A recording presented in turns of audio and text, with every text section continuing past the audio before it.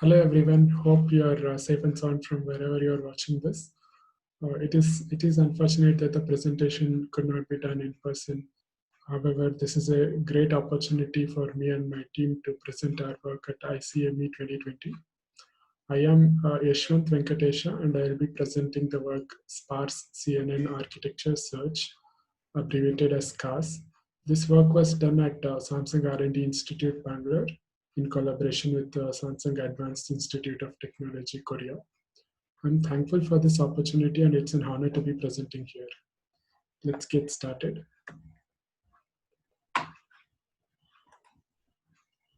So as we know, deep convolutional neural networks are the go-to methods for modern computer vision applications, where applications range from online shopping to radiology.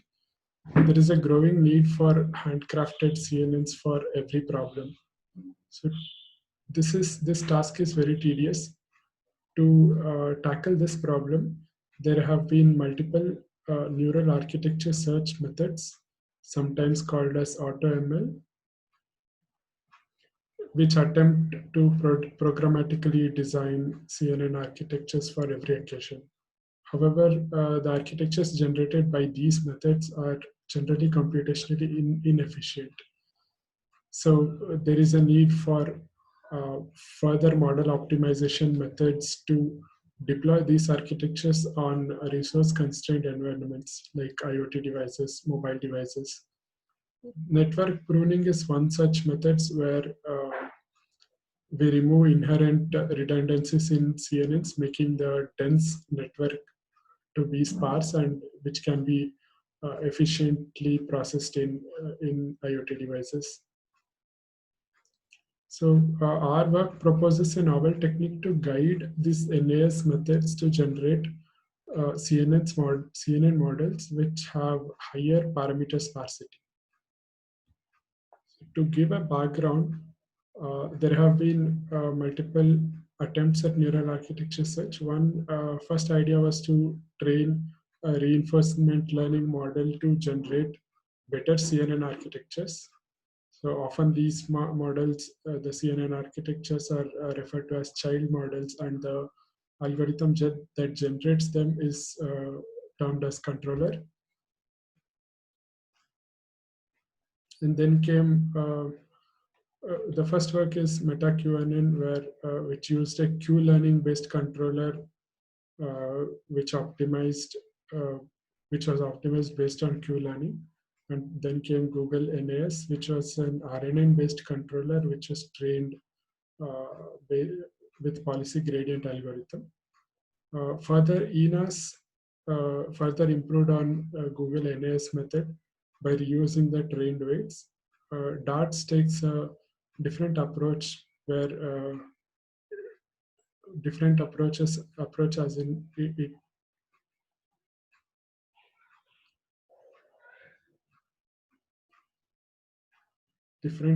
DARTS takes a different approach at NAS by optimizing both controller and the child models with gradient descent. SMASH uses a hypernet to generate the weights of the child network, which allows us to evaluate a wide range of architectures quickly. So another work that we take inspiration from is the lottery ticket hypothesis, where which suggests that there exists multiple sparse subnetworks in a big dense network, which can reach nearly the same accuracy as the original dense network. So here is the schematic diagram of SCARS, and this is we have an NAS controller, which is the module. The NAS controller is a module that is learning to design CNN architectures every time. This generates a sample architecture, which will be given to a network trainer that trains this sample architecture on the data set and gives back the feedback signal. Feedback signal is usually the validation accuracy.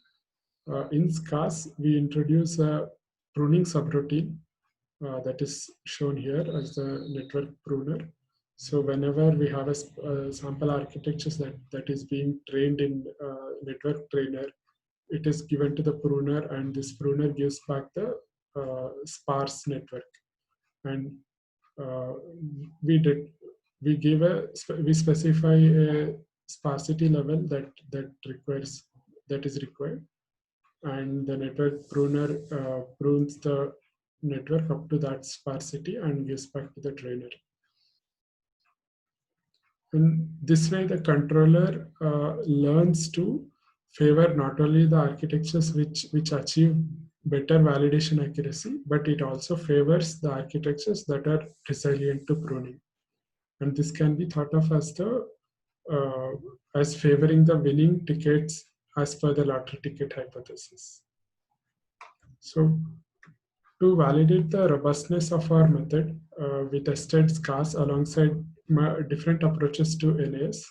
As mentioned before, ENAS that uses reinforcement learning based controller, and DARTS that uses gradient descent, and SMASH that uses an hypernet.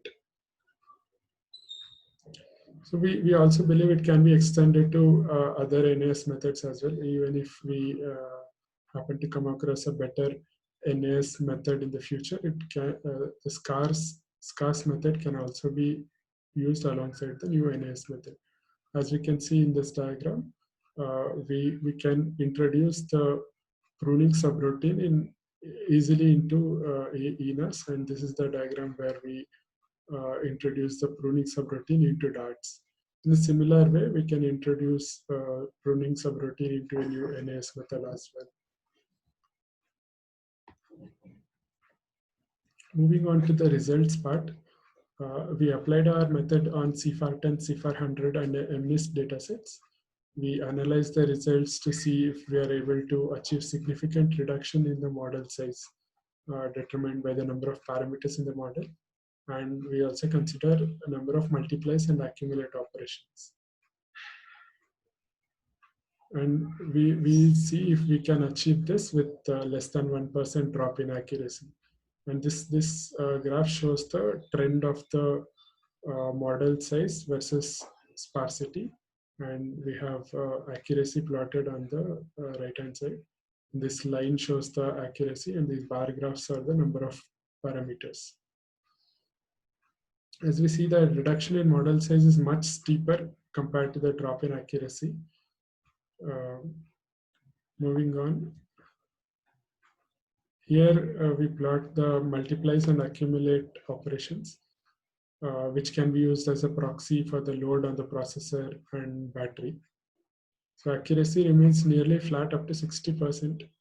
So we can reduce these many number of multiplies and accumulate operations with almost no loss in accuracy. So to compare across different NAS method, let me go back to the previous slide. Here, as we can see, DART seem to be performing very well in terms of model size as compared to the other NAS methods.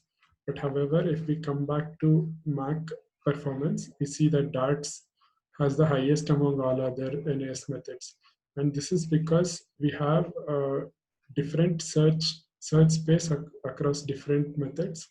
And the search space in DART seem to be more model parameter optimized, while the others are more MAC optimized. So to summarize the results, as we can see, there is a significant drop in model size. We report the results for CIFAR10, CIFAR100, and MNIST datasets, and the reduction in model size ranges from 2x to 12x, and the reduction in MAC operation ranges from 1.7x to 19.3x. So to conclude, here we presented a simple and effective technique for directing different NAS methods to generate considerably sparse CNN models. We compared the effectiveness of our methods along with different NAS methods on CIFAR10, CIFAR100, and MNIST datasets. And this automated generation of optimized CNN architectures is really important to help widespread deployment of CNN models in various applications in embedded devices can be smartwatches, IoT devices, and smartphones. And that concludes our presentation. Thank you.